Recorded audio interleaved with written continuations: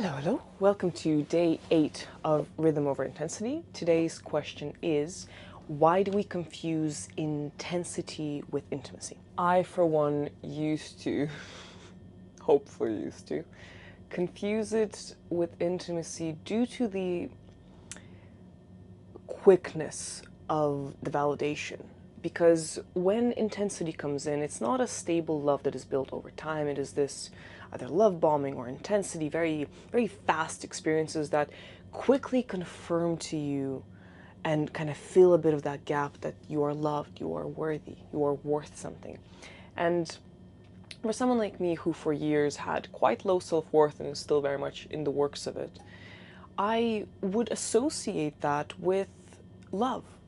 I would associate it with these kind of fairy tale soulmate experiences where like, oh my god, this is it. This is the man I've been looking for. Even if, goddamn, it was not. It was not at all. Growing up, while I did have love, it was also very conditional in so many ways.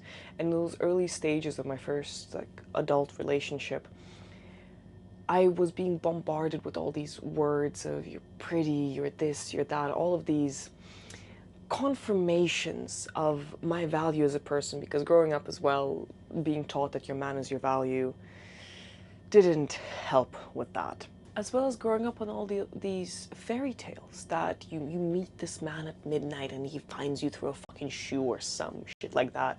Most of them being very intense experiences early on. Not much, none to my mind, showed a slow build-up of intimacy, a slow consistency. In a chemical way as well, growing up flying between the intensity of being ignored to being loved, to being given validation, it fed, the reason it felt like this soulmate connection and all these sparks was because it fed the loop that I was used to.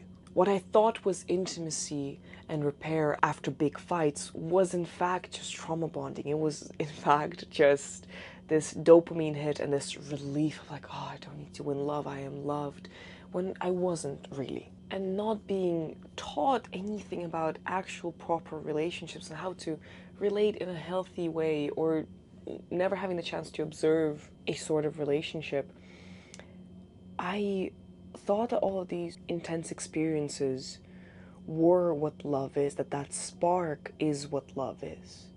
That no one taught me, no one showed me how to tend a relationship, how to slowly build something up, how to measure within yourself whether something is actually good for you. I was so focused on external validation that I don't think I spent enough time properly checking in with what I truly wanted and truly felt I deserved. Nor could I really observe how something was responding to me. So even now at this moment in time, plenty of things I think that are healthy I would struggle to receive from a partner. And it's a work in progress. It's why I'm taking time away from relationships to really be with that. So while it was also this intense loop, it was also really everything I had capacity to receive. And some of the abuse that I received, I thought it was my fault at some point. I thought I deserved that as how I'm behaving, so this person is treating me this way, even if I wasn't treating them that way. But to round it off, I think for more than anything, I confused intensity for intimacy due to not knowing better, due to receiving so little in comparison to what I truly want to receive. And then having those loops fed and perpetuated through other life experiences that then led me to believe that this was intimacy was, that this intensity, this fire, this is what to be loved is. But to be loved is to be burdened. To be loved is to be a burden. To be loved is to be patient with, to give someone and yourself the time to unfold and truly get to know someone, to build something up steadily. The equivalent, the perfect analogy would be putting a tree and pouring it with water down a hose into its roots and floodlights, and the tree will grow, but it will topple.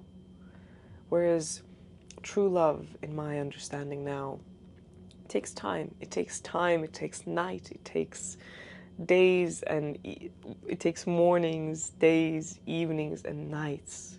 And all these cycles that we go through take seasons to truly mature, to go through rest cycles, to go through activation cycles, to come to fruition, to come to this beautiful, strong tree trunk with deep roots that are rooted in consistent action versus flashy words.